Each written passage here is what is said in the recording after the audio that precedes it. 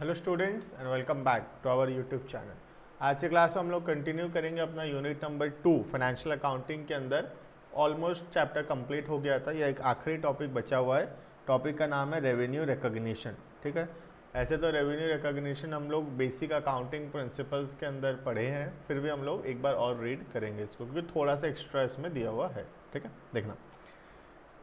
Recognition of revenue directly affects the financial result of an entity. Profit is the difference between, profit क्या है? Profit is the difference between revenue and expense. Obvious सा बात है, पिछले class में हम ये पढ़े थे। ठीक है, The way which an entity recognizes revenue in their accounting records reflect the accuracy of the financial results in the accounting period. ICAI has prescribed the accounting standard 9, AS है AS 9, जो कि किसके बारे में है? रिकॉग्निशन ऑफ रेवेन्यू, मतलब जो income हो रहा है, इनकम को हम कब रिकॉर्ड करेंगे। तो ये जो AS से क्या बताता है कि when the income is to be recorded, जब सेल किए, जब पैसा मिला, या कब रिकॉर्ड करेंगे उसके बारे में बताता है रेवेन्यू रिकॉग्निशन। रेवेन्यू का मतलब है इनकम एंड रिकॉग्निशन का मतलब होता है टू रिकॉर्ड समथिंग। ठीक है, तो रेवेन्यू रिकॉग्निशन का मतलब है इनकम को कब रिकॉर्ड किया जाएगा बुक्स ऑफ अकाउंट्स में। ठीक है, देखना। At international level of corresponding international accounting standard for recognise of revenue IAS 18, मतलब जो यहाँ पर AS 9 है, इंटरनेशनली AS 18 है इसका, इंटरनेशनल अकाउंटिंग स्टैंडर्ड 18 है इसका, किसका? रेवेन्यू रिकॉग्निशन का। ठीक है, देखना। तो रेवेन्यू बेसिकली तीन चीज़ों से हो सकता है। पहला है सेल ऑफ गुड्स, सामान बेचकर। दूसरा रेंडरिंग ऑफ सर्विसेज, कोई प्रकार का सर्विस देकर। और तीसरा कोई और सोर्स, जैसे कि हम कहीं पैसा ब्याज में लगाए हैं तो इंटरेस्ट मिल गया, कहीं हम लोग शेयर्स खरीदे हैं तो डिविडेंड मिल गया, रॉयल्टी मिल गया, ये सब हो गया तीसरा टाइप ऑफ इनकम। तो तीन प्रकार के इनकम के बारे में है। पहला गुड्स, दूसरा सर्विसेज, और तीसरा है अदर इनकम्स, जो कि इनडायरेक्ट इनकम है P&L अकाउंट का। ठीक है, देखना। तो किसके किसके ऊपर ये AS एप्लीकेबल नहीं है? सबसे पहला कंस्ट्रक्शन कॉन्ट्रैक्ट्स पे एप्लीकेबल नहीं है, क्योंकि कंस्ट्रक्शन कॉन्ट्रैक्ट का अलग से AS दिया हुआ है। ठीक है, हायर परचेज में एप्लीकेबल नहीं है, गवर्नमेंट ग्रांट्स पे एप्लीकेबल नहीं है, क्योंकि ये सब का अपना अलग से अकाउंटिंग स्टैंडर्ड है। ठीक है, and last one insurance contracts पे एप्लीकेबल नहीं है। तो ये सारा जो कॉन्ट्रैक्ट्स है, गवर्नमेंट ग्रांट, इंश्योरेंस, ये सब का अपना अलग से AS है, तो इसीलिए इनके ऊपर जो AS 9 है वो एप्लीकेबल नहीं होगा। ठीक है, तीन प्रकार से है। पहला सेल ऑफ गुड्स, दूसरा है सर्विसेज, और तीसरा है अदर इनकम्स। ठीक है, देखना। पहला सेल ऑफ गुड्स हम लोग स्टार्ट करेंगे। स्टार्ट करने से पहले बता दूं, ये जो PDF है ये हमारे डिस्क्रिप्शन में है, तो तुम वहाँ से डाउनलोड कर लेना, प्रिंट कर लेना, ताकि तुम इसको आराम से बाद में एग्ज़ाम टाइम एक बार रीड कर पाओ। और ठीक है, देखना। बाकी अगर पुराना वीडियोस नहीं देखे हो तो पहले पुराना देख लेना, तभी ये वीडियो तुमको थोड़ा ज़्यादा बेटर समझ में आएगा। और जितने ज़्यादा दोस्त लोगों के साथ शेयर करोगे तो उतने ज़्यादा लोग ये जो फ्री में हम लोग पढ़ा रहे हैं उसका बेनिफिट ले पाएंगे। ठीक है, देखना। पहला recognition of revenue in case of sale of goods. पहला, the main criterion for determining when to recognize the revenue from a transaction involving the sale of goods is that the seller has transferred the property in the goods to the buyer. Property का मतलब होता है यहाँ पर ownership. याद होगा law में भी हम पढ़ रहे हैं सेल ऑफ गुड्स एक्ट, वहाँ पर हम पढ़े हैं कि प्रॉपर्टी मतलब ओनरशिप। ठीक है, फॉर अ कंसिडरेशन मतलब बदले में कुछ, है ना। Following are the different situation discussing when the revenue shall be recognised. पहला, transfer of property in goods as well as transfer of significant risk and reward of ownership. Revenue is recognised when the seller has transferred the ownership to the buyer. मतलब पैसा मिले या ना मिले इससे फर्क नहीं पड़ता, अगर ओनरशिप ट्रांसफर हो गया है देन उसको हम लोग रेवेन्यू मान लेंगे। ठीक है, transfer of property that is ownership in goods but no transfer of risk and reward of ownership. Revenue is recognized at the time of transfer of significant risk and reward of ownership to the buyer. खाली ownership transfer करने से नहीं होगा, साथ में risk and reward भी transfer होना चाहिए, ठीक है। रिस्क मतलब अगर गुड्स को कुछ हो जाता है तो किसका जिम्मेदारी होगा, बायर का, और रिवॉर्ड मतलब कुछ फ़ायदा होता है गुड्स से तो वो भी किसका होगा, बायर का, ठीक है। Such case may arise when delivery has been delayed due to the fault of either the buyer or the seller, and the goods are at the risk of the party to default as regard any loss which might not have occurred but for such fault. बोला कि किसी भी party के वजह से अगर delay हो रहा है सामान को डिलीवर करने में, तो जिसकी गलती है, जिसका फॉल्ट है, वो बेसिकली उसके लिए लायबल होगा। तो लॉ में भी ऐसा ही था, लॉ में भी तो हम यही पढ़ते थे कि जिसकी गलती होगी वही व्यक्ति लायबल रहेगा, ठीक है।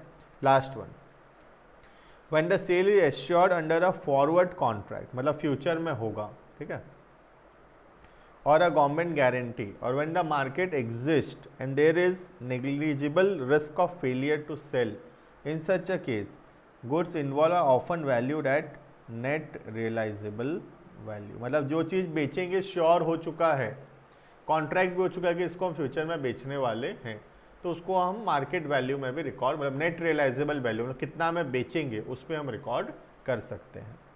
सच amount while not revenue are sometime recognise in the statement of profit and loss and appropriately described. इसका मतलब क्या समझ में आया ना, जब कॉन्ट्रैक्ट हो चुका है कि इतना सामान इतना में बेचा जाएगा, तो जितना में बेचा जाएगा वो जो सेलिंग प्राइस है हम उस पे उसको वैल्यू कर सकते हैं, क्योंकि बेचेंगे बोल के श्योर हो चुका है, कॉन्ट्रैक्ट बन चुका है, ठीक है। Next, recognition of revenue in case of services. Services में कैसे होगा, तो दो प्रकार है, एक है प्रोपोर्शनेट कंप्लीशन मेथड और दूसरा है कंप्लीट सर्विस कॉन्ट्रैक्ट मेथड, ठीक है। प्रोपोर्शनेट मेथड के अंदर बोलता है कि जितना सर्विस हो चुका है उतना को कम से कम रेवेन्यू रिकॉर्ड कर लो। जैसे कि फॉर एग्जांपल अगर 4 महीना काम करने का सपोज 40,000 मिल रहा है,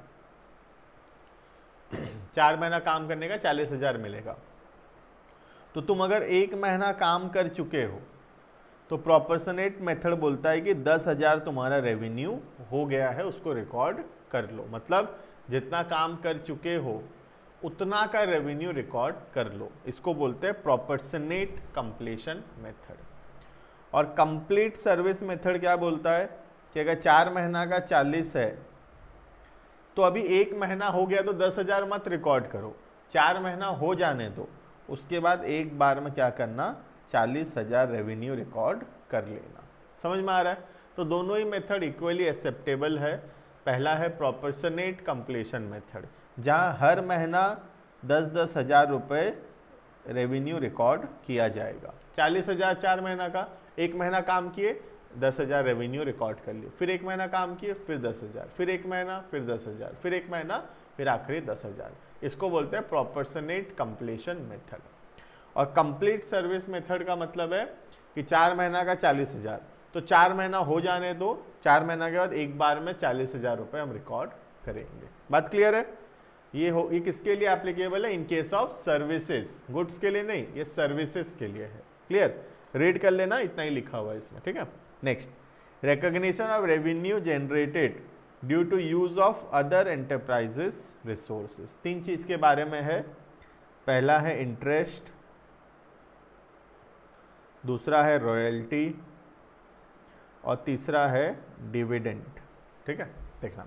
पहला interest, it is charge for the use of cash resources और amount due to the enterprise. जो पैसा हम ब्याज में दिए हैं बेसिकली, और उससे जो हमको पैसा एक्स्ट्रा आ रहा है, मतलब जो इंटरेस्ट मिल रहा है। ठीक है। Revenue in the form of interest recognised on the time proportionate basis, taking into account amount outstanding and the rate applicable. बोले पैसा मिले ना मिले, अगर टाइम हो चुका है तो हम उसको इनकम में रिकॉर्ड कर लेंगे। मतलब जैसे 1 महीना हो चुका है तो हम उसको इनकम में रिकॉर्ड कर लेंगे, भले ही हो सकता है कि 1 महीना का इंटरेस्ट अभी नहीं मिला है, ठीक है। Next royalty, it is a charge for the use of such assets as know how, मतलब कोई इंटेलेक्चुअल प्रॉपर्टी राइट्स हम यूज़ करते हैं, कोई know how, patent, trademark, copyright, ये सब कुछ यूज़ करते हैं और उसके बदले जो हम पैसा पे करते हैं उसको बोलते हैं रॉयल्टी। या जो अगर हमारा कोई यूज़ कर रहा है इंटेलेक्चुअल प्रॉपर्टी राइट्स तो हमको जो पैसा मिलेगा वो हो गया रॉयल्टी, ठीक है। रॉयल्टी भी किस पे रिकॉर्ड होता है? ऑन एक्रूवल बेसिस, मतलब पैसा मिले ना मिले, अगर ड्यू हो गया है तो हम उसको रिकॉर्ड कर लेंगे, ठीक है। डिविडेंड, डिविडेंड का मतलब हम किसी कंपनी में पैसा लगाए हैं, इन्वेस्ट किए हैं, शेयर्स खरीदे हैं और उसमें जो हमको प्रॉफिट में हिस्सा मिल रहा है उसको बोलते हैं डिविडेंड, ठीक है। देखना, dividend from investment in shares, it is a reward from the holding of investment in shares. Revenue in the form of dividend recognized when the owner's right to receive dividend is established, मतलब जब dividend declare हो गया है तब हम उसको revenue के हिसाब से रिकॉर्ड कर लेंगे। क्लियर है? तो इंटरेस्ट जो है, इंटरेस्ट भी ड्यू के हिसाब से रिकॉर्ड हो जाता है, रॉयल्टी भी ड्यू या फिर एक्रूवल के हिसाब से रिकॉर्ड हो जाता है, और डिविडेंड जो है जब डिक्लेयर होता है तब वो रिकॉर्ड किया जाता है। क्लियर है? तो 3 चीज़ के बारे में बेसिकली रेवेन्यू रिकॉग्निशन, एक है गुड्स के बारे में, दूसरा है सर्विसेज के बारे में और तीसरा है अदर इनकम्स के बारे में। गुड्स में तो यही बोल रहा है कि ओनरशिप जब ट्रांसफ़र होता है तब हम लोग रेवेन्यू को रिकॉग्नाइज कर लेंगे। ओनरशिप के साथ क्या ट्रांसफ़र होना चाहिए? सिग्निफिकेंट रिस्क एंड रिवॉर्ड, ठीक है। सर्विस के अंदर 2 है, proportionate completion method and total completion method, और अदर इनकम्स में 3 है, एक है इंटरेस्ट, दूसरा है रॉयल्टी और तीसरा है डिविडेंड। क्लियर है इतना? ठीक है। नेक्स्ट, डिस्क्लोजर रिक्वायरमेंट, एक AS है AS1 जो बोलता है कि ये सब चीज़ जो भी हम मेथड फॉलो कर रहे हैं उसको डिस्क्लोज करने का ज़रूरत है, ठीक है। In addition to disclosure required in AS1 on disclosure of accounting policies, an enterprise also has to disclose the circumstances in which the revenue recognized has been postponed in light of uncertainties, मतलब कभी अगर हम लोग revenue recognise नहीं किए हैं क्योंकि uncertainty है, अनसर्टेनिटी मतलब मिलेगा या नहीं मिलेगा अभी श्योर नहीं हुआ है, तो हम लोग ये भी डिस्क्लोज करेंगे कि हम लोग क्या अनसर्टेनिटी है और हम क्यों रेवेन्यू को रिकॉग्नाइज या रेवेन्यू को रिकॉर्ड क्यों नहीं कर रहे हैं अभी। क्लियर है इतना? तो छोटा सा पॉइंट है, उतना ज़्यादा इंपॉर्टेंट भी नहीं था, ठीक है।